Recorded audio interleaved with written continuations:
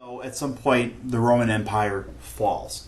And I often wonder what the far less advanced Germanic people, sometimes referred to as the barbarians, what they must have thought as they came across the crumbling remains of this once great empire.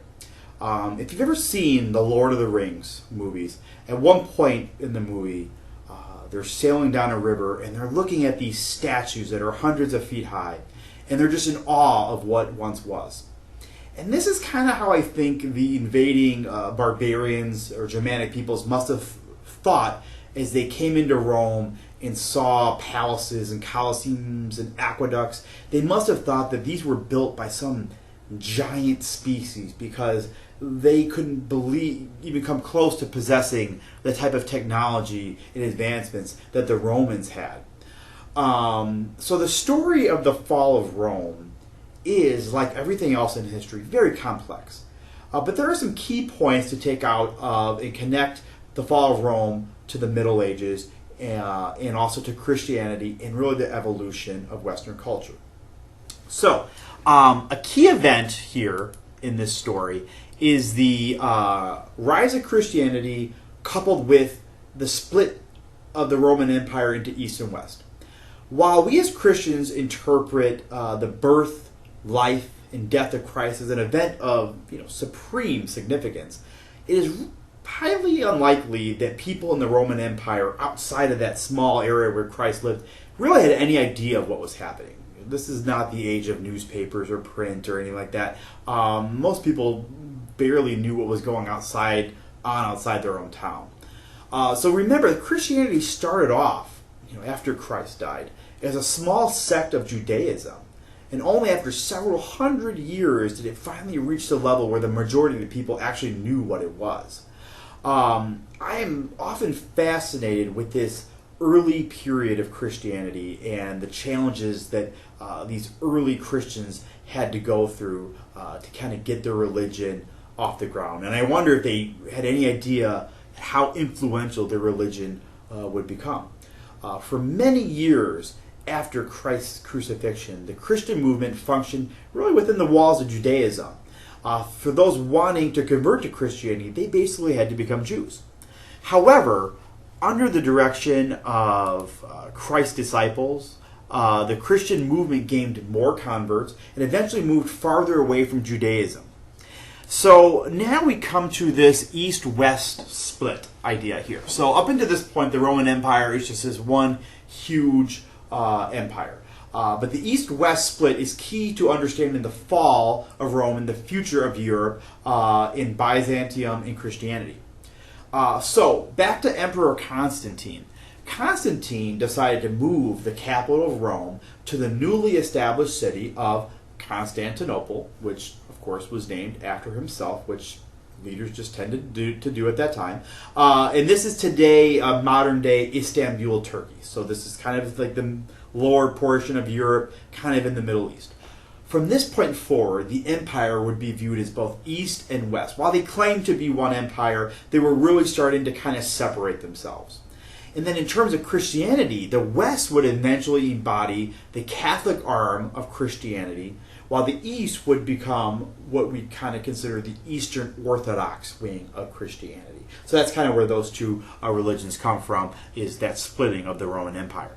So concepts of the West, this idea of the West, arose out of legacies of the Western Roman Empire, not necessarily the Eastern Roman Empire, which would evolve into more of a Middle Eastern influence as time went on. What we think of today as Western thought originates primarily with Greco-Roman and then later Germanic influences, and it is what would lead to the rise of Europe in the Middle Ages, the Renaissance and the Enlightenment, as well as Christian culture. So from this point forward, most of the influence of Rome is centered in that Western Roman section. So a key question I usually ask here, and you can't respond because this is a video, but you can think about this, is did the rise of Christianity and the splitting of the empire lead to the downfall of the empire? And was the rise of Christianity and the splitting of the empire connected? It's possible that what would define the future of Western civilization might actually be what brought it down in Christianity. Now, I don't necessarily think Christianity brought down the Roman Empire, but the rise of Christianity definitely played a large part in it. Now, while historians generally mark the end of the Roman Empire by the invasion of the Germanic tribes and the barbarians, keep in mind that this was just the Western Empire that eventually fell.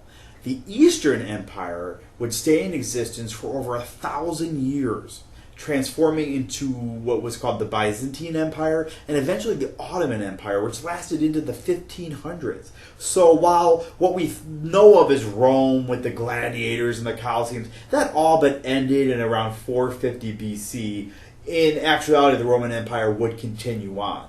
Now, later into the Middle Ages, the Roman Empire would sort of be revived in what was called the Holy Roman Empire, which was a collection of states in Europe. But the actual Roman Empire that we know, for the most part, ended in around 456 BC.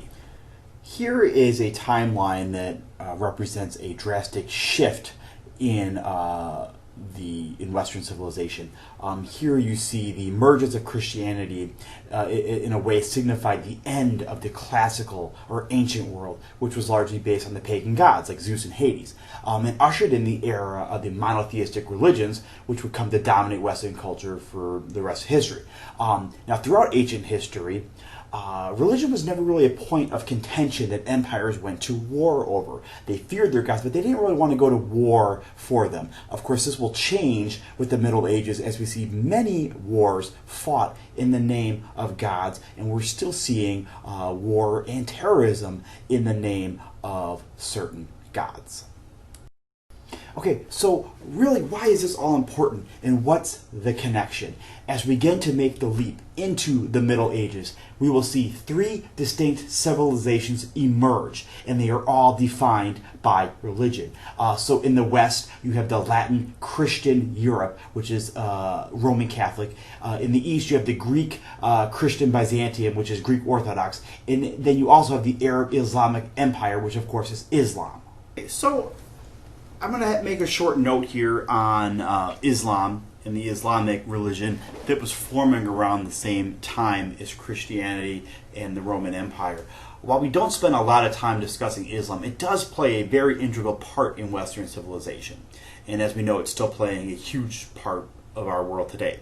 The rise of Christianity and Islam around the same period makes this easily one of the most influential in all history that still affects us today. Now, Islamic states, both in their early years and today, differed from Christian states in the relationship between church and state because Islam sprang up in a region that was all more or less devoid of political institutions, and thus the state and religion emerged simultaneously. Now, as the fall of Rome happens and the Germanic people flood into Rome, we really are now transitioned to what is considered the medieval period, the Middle Ages. And it's called that for a lot of reasons. But after the fall of Rome, Europe plunges into what a lot of historians call a Dark Age. The Dark Age is really called this because there's so few written records to inform us of what's occurring during these times. All those advancements in science and math and art and philosophy from the Greco-Roman world had all pretty much been lost, and society basically had to start over. So that's why when you get these images of the early Middle Ages, they seem rather dark and drab and almost archaic looking, and they really were.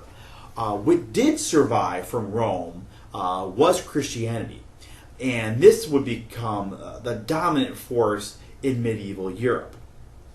Now, a key connection here is that several early scholars in the Middle Ages helped reconnect Europe to the ideas of the Greeks and the Romans. And they did it while working through the lens of Christianity. So I'm talking about two main people here, and it's scholars Thomas Aquinas and Albert Magnus. These men devoted their lives to reconciling Aristotle's insights with Christian doctrine. So they began to meld the lost ideas of philosophy with Christianity.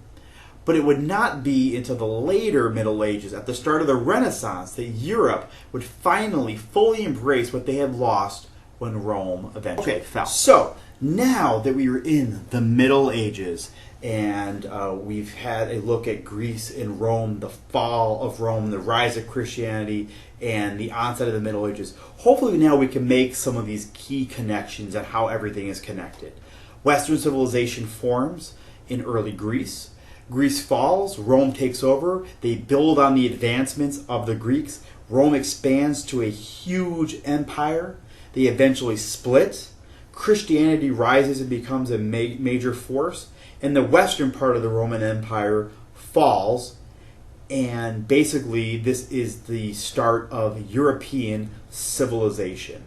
And eventually, while that learning and philosophy is lost, it comes back in full force in areas like the Renaissance and the Enlightenment in the later years of the Middle Ages. So hopefully now you can see how all these areas are connected and why we started talking about Western civilization with Greece. Is because they're all interconnected, and really what's happening in Europe and really what's happening to us today, we can really trace back to the work of the ancient Greeks. Thanks everyone. I hope this kind of connects some areas for you, and I hope to do some more of these videos next week as we talk more about Europe in the Middle Ages. Thank you.